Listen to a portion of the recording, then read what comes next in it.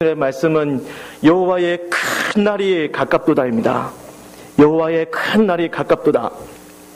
스바냐서를 우리가 살피기 전에 먼저 시대적인 배경을 우리가 함께 나누는 것이 말씀 이해에 도움이 될 것 같습니다. 스바냐는 이미 성경 1장에도 나와 있지만 히스기야의 후손이라고 나와 있습니다. 그는 요시야 왕의 치세 기간 동안에 활동했다고 성경 스바냐 1장 1절에는 그렇게 기록하고 있습니다. 히스기야와 요시야, 공교롭게도 이 두 사람은 다윗 이후에 종교개혁으로 신앙을 회복하려 했던 경건한, 참 보기 드문 경건한 왕들이었습니다. 조선시대를 보면 이들의 행적은 아마 우리나라의 조선시대의 영조와 종조시대쯤으로 생각할 수도 있을 것 같습니다. 유다의 왕조는 히스기야로부터 생각을 한다면 히스기야, 므낫세, 아몬, 그리고 요시야, 이렇게 그 왕의 계보가 이어집니다. 그러니까 히스기야와 요시야 사이에 두 왕이 더 있었던 것이죠. 므낫세 왕이 보이네요. 므낫세 왕의 아버지는 히스기야인데 이 아버지인 히스기야와는 정반대로 므낫세는 유다의 왕 중에서 가장 악명을 떨친 아주 대단한 왕이었습니다. 그는 온갖 잡다한 잡종의 우상들을 예루살렘에 다 끌어모아다가 열심히 우상 신앙 생활을 했습니다.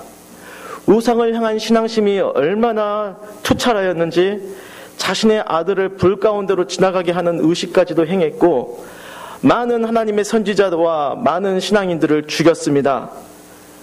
그가 했던 그의 영적인 악행은 결국은 예루살렘 멸망의 직접적인 계기가 됩니다. 그리고 므낫세 왕 이후에 왕위에 오른 그 아들 아몬도 아버지와 같은 길을 줬다가 재위 2년 만에 그의 신하들에게 암살당합니다. 그리고 요시야 왕은 갑작스럽게 8살에 등극했고 20대에 이르러 유다 신앙을 회복하기 위한 종교개혁을 단행하게 됩니다. 하지만 안타깝게도 요시야는 이집트와 전투를 하면서 38세의 젊은 나이에 전사하게 됩니다. 그리고 그가 죽자마자 그 이후에 유다 백성은 다시 예전으로 돌아가게 되고 결국 요시야 왕이 죽은 지 22년 6개월여 만에 바벨론에 의해 멸망을 당하게 됩니다. 스바냐서는 이러한 격동의 세월 가운데서 집필되었던 것이죠. 스바냐가 말씀을 기록하면서 그가 보았던 세상 그리고 그가 보았던 자신의 민족의 모습은 어떠했을까요?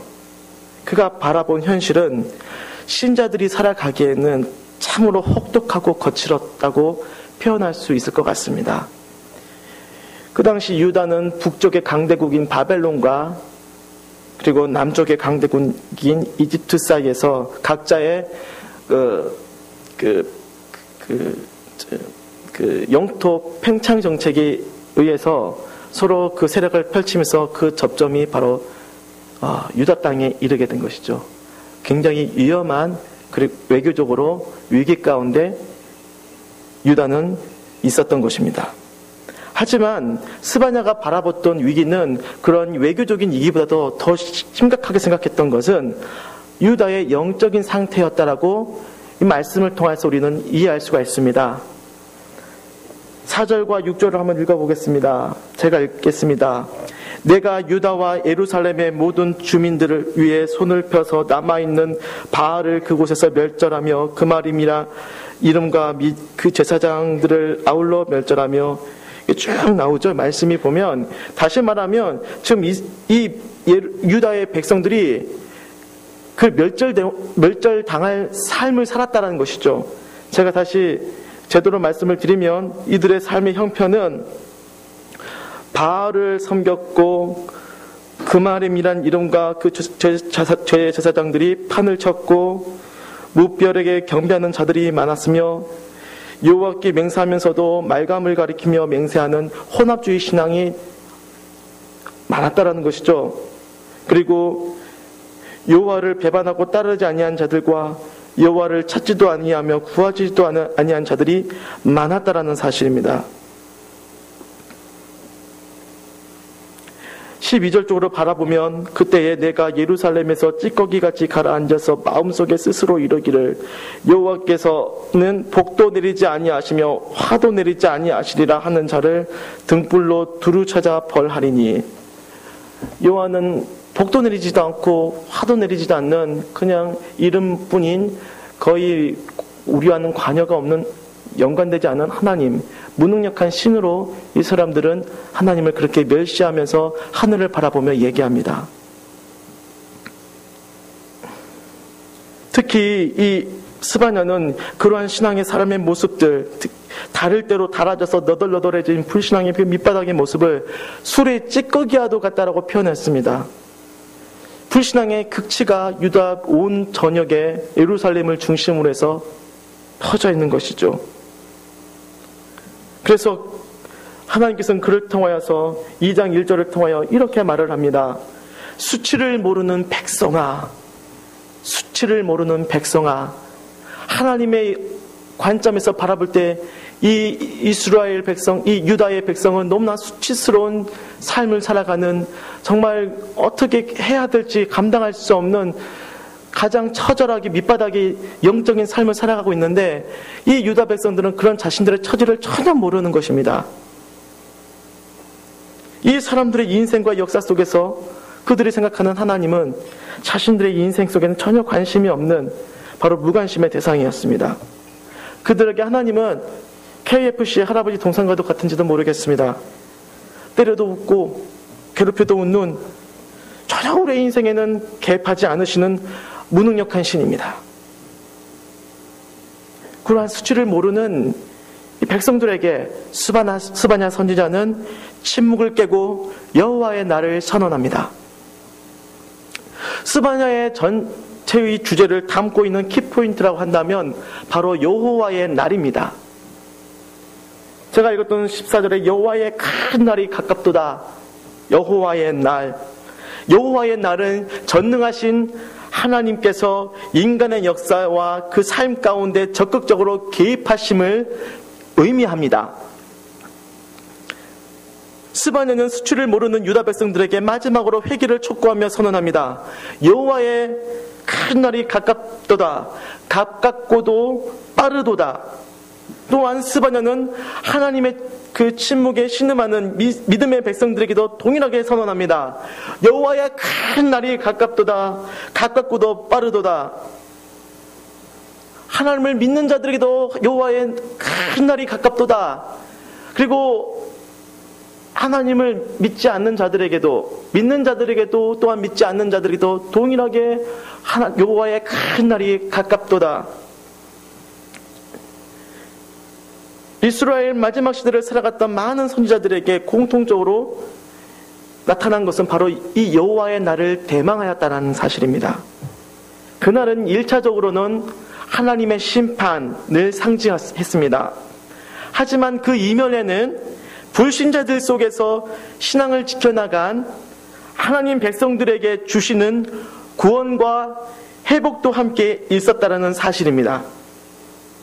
하나님의 심판과 회복은 이 여호와의 큰 날을 통하여서 우리는 알게 되는 것은 이 두 성격이 마치 종전의 양면과도 같이 작용한다는 사실이죠. 하나님을 모르는 백성들에게는 여호와의 큰 날은 감당할 수 없는 진노의 큰 심판의 날이지만은 하나님의 믿음 앞에 끝까지 인내로서 지켜나갔던 신자들의 삶에게는 여호와의 큰 날은 감당할 수도 없는 위로와 회복의 큰 날이라는 사실이지요. 이렇게 모든 인생들에게 개입하시는 여호와의 큰 날, 이 큰 날을 우리 그 상황을 자세하게 한번 우리가 눈여겨본다면 겉으로 볼 때 이 하나님의 날이 이르기 전까지는 마치 하나님께서 침묵하시는 것 같습니다.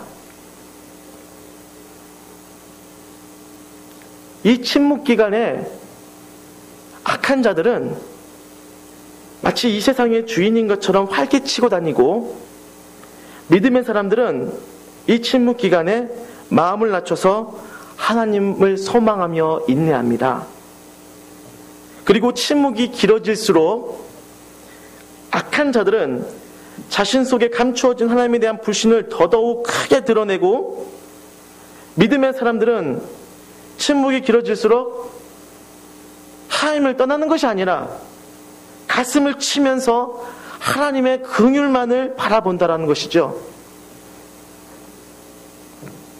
이것은 왜 하나님께서 사람들에게 침묵을 왜 허용하실까? 왜 사람들에게, 심지어는 신자들에게도 침묵하고 계실까? 이런 물음 앞에서 한 가지 좋은 예가 될 수 있을 것 같습니다. 하나님의 침묵은 바로 사람의 마음속에 감추어진 진실을 드러내시기 위한 의도가 담겨 있지는 않는가 생각하게 됩니다. 여호와의 날은 악한 자와 선한 자의 그 각각의 삶의 열매가 극명하게 드러나는 때입니다. 악인이 대성하는 것처럼 보여지는 것 같습니까? 그것은 하나님의 때가 더더욱 임박했음을 느끼게 하는 것입니다. 믿음의 사람이 겪고 있는 고난의 터널이 길어 보입니까? 그것은 신앙의 거품이 철저하게 빠지고 오직 예수 그리스도를 향한 순전한 믿음만이 남게 되는 참 신앙의 열매로 나아간다라는 사실로 우리의 마음속에 증거하게 합니다. 본문의 스바냐가 바라보았던 세상은 악이 창궐해 보였습니다. 속에 감춰진 하나님에 대한 불신이 여과 없이 그대로 드러나면서, 심지어는 하나님은 복도 줄 수도 없고 화도 낼 수도 없는 무능력한 신으로 멸시까지 합니다. 이 사실을 보면서 영적으로 깨닫게 되는 것이죠. 하나님의 때가 임박하였구나. 하나님의 심판의 때가 임박하였구나. 그렇다면 이러한 그 시기 가운데서 영적으로 이런 험난한 시기 가운데 믿음의 사람의 모습은 어떠했습니까? 우리 스바냐 2장 3절을 잠시 바라보겠습니다.